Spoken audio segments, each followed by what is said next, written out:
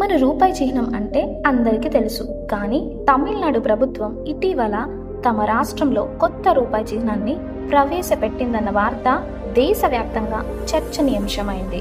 అసలు రూపాయి చిహ్నాన్ని ఎవరు రూపొందించారు? తమిళనాడు ఎందుకు కొత్త చిహ్నాన్ని తీసుకొచ్చింది? దీని వెనుకున్న అసలు కారణాలేమిటి? ఈ ప్రశ్నలన్నింటికీ సమాధానాలు తెలుసుకోవాలంటే మనం ఈ వీడియోని చివరి వరకు చూడాల్సిందే. భారత రూపాయి చిహ్నం పుట్టుక మరియు చరిత్ర. మనకు తెలుసు, భారతదేశానికి 2010 వరకు ఏకీకృతంగా ప్రత్యేకమైన రూపాయి చిహ్నం లేదు. అప్పటి వరకు RS లేదా RE అనే సంకేతాలను ఉపయోగించేవారు. 2010లో భారత ప్రభుత్వం ఒక పోటీ నిర్వహించింది. అందులో 3000కు పైగా డిజైన్లు వచ్చాయి. చివరికి ఉదయ్ కుమార్ ధర్మలింగం అనే డిజైనర్ రూపొందించిన చిహ్నాన్ని భారత ప్రభుత్వం ఎంపిక చేసింది. ఉదయ్ కుమార్ తమిళనాడుకు చెందిన వ్యక్తి. ఆయన చెన్నైలోని త్రిబుల్ బాంబేలో గ్రాఫిక్ డిజైనర్గా చదివారు.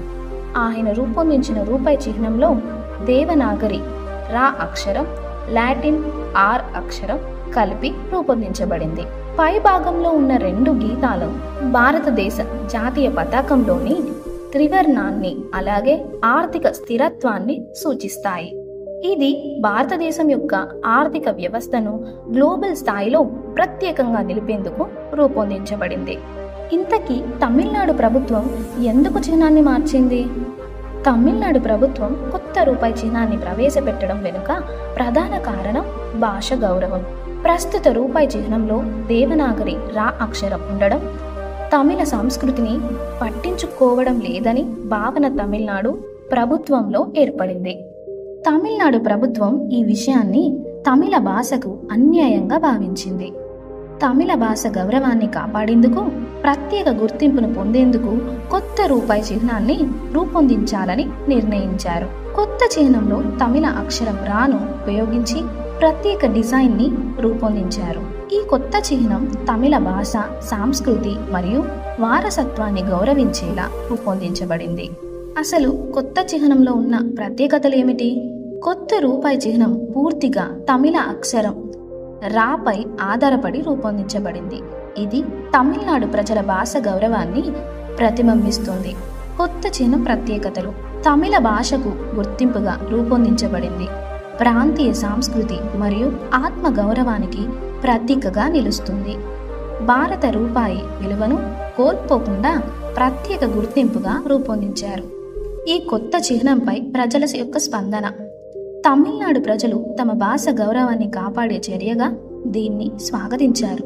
అయితే దేశవ్యాప్తంగా ఈ చర్యపై భిన్న అభిప్రాయాలు వ్యక్తమయ్యాయి.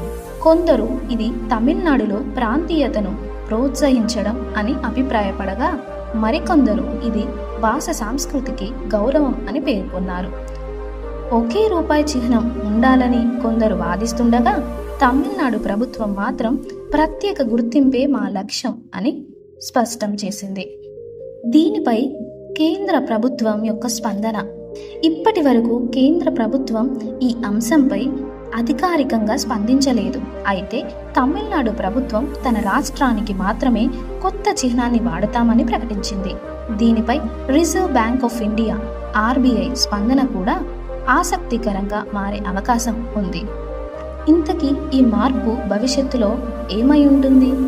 తమిళనాడులో కొత్త చిహ్నం ప్రభుత్వ కార్యాలయాలు, బ్యాంకింగ్ వ్యవస్థ మరియు రాష్ట్ర ఆర్థిక లావాదేవీల్లో వినియోగించే అవకాశం ఉంది. దేశవ్యాప్తంగా ఈ చిహ్నం ఆమోదించబడుతుందా లేదా అన్నది ఇంకా స్పష్టత రాలేదు. భవిష్యత్తులో ఇది ఆర్థిక వ్యవస్థ మరియు రాజకీయ వర్గాల్లో చర్చనీయాంశంగా మారే అవకాశం ఉంది. ముగింపు: తమిళనాడు ప్రభుత్వం తీసుకున్న ఈ నిర్ణయం భాష గౌరవాన్ని పెంచే చర్యగా మారినా, దేశవ్యాప్తంగా ఇది ఎలా ప్రభావితం చేస్తుందో చూడాలి. మీరు ఈ విషయంపై ఏమనుకుంటున్నారు? అసలు తమిళనాడు ప్రభుత్వం తీసుకున్న నిర్ణయం సరైనదేనా? రూపాయి చిహ్నాన్ని భిన్నంగా మార్చడం వల్ల ఏమి జరుగుతుందని మీరు భావిస్తున్నారు? మీ అభిప్రాయాలన్నింటినీ మా కామెంట్ సెక్షన్లో తెలియజేయండి. ఈ వీడియో మీకు నచ్చినట్లయితే లైక్ చేసి, షేర్ చేసి, సబ్స్క్రైబ్ చేసుకోండి.